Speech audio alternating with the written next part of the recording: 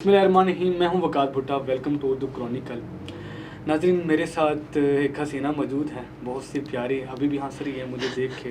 पता नहीं किस वजह से हंस रही है, पता नहीं मेरी खूबसूरती इनसे बर्दाश्त नहीं हो रही या क्या ऐसी वजह है। मैं वाकई खूबसूरत हूँ। हर इंसान खूबसूरत है, आप भी खूबसूरत है। यही सुनना चाहता था मैं आपके मुंह से। अच्छा, मुझे ये बताएं कि ईद आ रही है, बकरा ईद, तो आप न्यूजीलैंड में होंगी, अभी चली जाएंगी आप, जी। तो आप लोग ईद कैसे मनाते हैं? हम ईद कैसे मनाते हैं तो बेसिकली न्यूजीलैंड में ईद ऐसे मनाते हैं कि वहाँ पे कोई पाकिस्तानी, इंडियन या कोई अफ़गानी नहीं होता। वहाँ पे ईद सारे मुसलमानों की होती है। तो होता ये है कि जब बकरा ईद आने वाली होती है तो ऑलरेडी जो हमारे बुचर्स होते हैं, जो हलाल बुचर्स होते हैं, उनकी शॉप पे ऑलरेडी लिख दिया जाता है कि कुर्बानी का बकरा इतने में, कुर्बानी का हिस्सा इतने में, तो उतने डॉलर्स लिख देते हैं। बेसिकली हमारे यहाँ स्लॉटरिंग बैन है, हम कोई भी खुद स्लॉटरिंग नहीं कर सकते। तो उसमें करना ये होता है कि या तो आप परमिशन लें, और यहाँ पे वैसे कोई भी स्लॉटरिंग करना पसंद नहीं करता, तो हम क्या करते हैं कि उन शॉप्स वालों को बोल देते हैं कि हमारा एक बकरा है, आप प्लीज़ देख लीजिएगा, हमें गोश्त चाहिए। तो वो उसके पैसे लेते हैं, कटिंग के पैसे लेते हैं, और सब कुछ काट कूट के करके घर पहुँचा देते हैं। लेकिन उससे पहले सबसे बड़ी बात ये होती है कि जब ईद होती है, ईद का दिन होता है, तो हर कम्युनिटी में डिफरेंट इवेंट्स होते हैं। जैसे पाकिस्तानी मेला लगता है, पैन्स हमारे यहाँ बहुत मशहूर है, पाकिस्तान एसोसिएशन न्यूजीलैंड क्लब बोलें या उसे एक कम्युनिटी बोलें, जो हमारे लिए पाकिस्तानियों के लिए एक मेला बनाती है या एक इवेंट ऑर्गेनाइज करती है, जहाँ मेहंदी लगती है, गाने हो रहे होते हैं, शॉप्स लगती हैं, वही समोसे, पकौड़े, रोल, चीज़ें बिक्री होती हैं।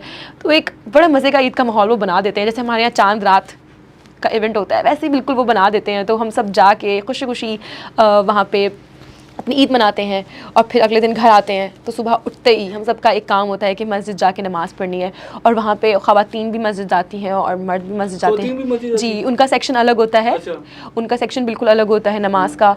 तो हम सारे पाकिस्तानियों का ग्रुप होता है, तो हम सब किस मस्जिद में जा रहे हैं, तो बड़ा एक बड़े मज़े का वो होता है कि कि अम्मी आई थी मेरी न्यूजीलैंड, तो उनको बड़ा मज़ा आया था कि यहाँ की ईद तो बहुत मज़े की है, कि सब मैसेजेस कर रहे हैं कौन सी ईद जाना है, तो सब वेट करते हैं, सब नमाज साथ पढ़ते हैं और उठते हैं।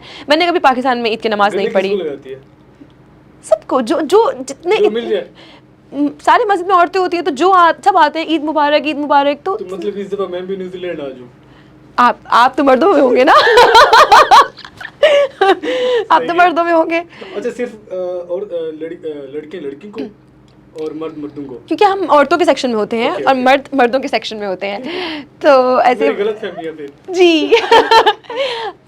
मतलब हम मुसलमान हैं, हम गोरे नहीं हैं। और मस्जिद में खड़े हैं, तो नमाज का तरीका तो वही है जो हमारे नबी ने हमें सिखाया है, और जो तरीके हम फॉलो करते हैं, तो वही बस मस्जिद में सारी औरतें नमाज पढ़ के निकलती हैं। और पूरा दिन जैसे ही गोश्त आता है, तो गोश्त को तो हम बाद में बांटने का करते हैं कि शाम में आके बांटेंगे। सुबह से ले के ना 8 बजे से ले के रात 6 बजे तक, कभी इसके घर दावत, कभी उसके घर दावत, उसके घर, इसके घर, उसके घर। फिर एक मेला लगता है बहुत बड़ा। हमारी न्यूजीलैंड की गवर्नमेंट बहुत बहुत प्यार करती है हमसे। तमाम मुसलमानों के लिए वो एक बहुत बड़ा एक इवेंट करती है। आई थिंक पिछली बार पाकिस्तान वर्सेस न्यूजीलैंड का मैच और इंडिया का मैच उसी ग्राउंड में हुआ था, और मुझे उस ग्राउंड का नाम याद नहीं। ऑकलैंड का सबसे बड़ा ग्राउंड है वो। तो उस पूरे ग्राउंड में और पूरे उस हॉल में वो ईद का मेला अरेंज करते हैं सारे मुसलमानों के लिए। तो अफ़गानी, सारे फ़लस्तीनी और सारे जितने भी मुस्लिम्स हैं, वो सारे वहीं आते हैं, और वो एक बच्चे खेल रहे होते हैं, झूले लगे होते हैं। तो वही वाला माहौल होता है जो हमारे यहाँ मेलों में लगता है, बचपन से देखा है, तो कभी महसूस ही नहीं हुआ, तो इतना मज़ा आता है।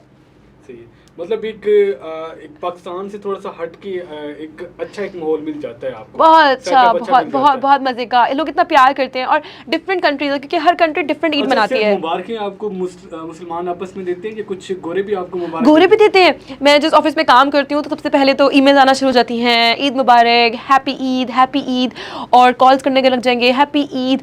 और सारे जो जितने भी नॉन मुस्लिम्स में हम बैठते उठते हैं, हमारे साथ काम करते हैं, तो बहुत प्यार से घर में मिठाइयाँ लेके आते हैं, खाना खाने आते हैं, खाना लेकर आते हैं, और हमेशा मेक श्योर करते हैं कि ये मुसलमान हैं, इनके लिए हलाल खाना लेकर आना है, तो वो हलाल अरेंज करके लाते हैं। तो बहुत मज़े का होता है। ऐसी क्या चीज़ आप उस दिन न्यूजीलैंड में मिस करती हैं जो कि पाकिस्तान में हो और उधर ना हो? अपने अम्मा अब्बा को। सबसे पहले अपनों को याद करती हैं, अपनों को मिस Obviously, करती हैं। हमेशा ईद पे ऐसा दिन ज़रूर होता है कि एक आंसू गिरे और याद आए कि बहनें नहीं है, अम्मी नहीं है, अब्बू नहीं है। तो कभी रोना भी आ जाता है? बहुत बहुत दफ़ा ऐसा होता है कि जब भी दोस्तों को गले लगाते हैं तो रोज रो पड़ते हैं कि अम्मी नहीं है। काश एक ईद अपनों के सबसे साथ- बेहतरीन थी जिसमें मेरे अम्मी अब्बू दोनों न्यूजीलैंड आए थे, और वो मेरी ईद सबसे बेस्ट ईद थी न्यूजीलैंड की। तो बहुत मज़ा आया था और अम्मी अब्बू देख के बहुत खुश थे कि यहाँ तो तुम लोगों ने बिल्कुल ईद का मेला मनाया हुआ है। तो वो जो एक मेला लगता है वो प्रॉपर सिर्फ मुसलमानों के लिए होता है या उसमें गोरे भी शामिल गोरे भी होते आ जाते हैं, गोरे तो वेट करते हैं, हमसे पूछते हैं तुम लोगों का मेला कब लगेगा, when are you guys having that Eid Mela.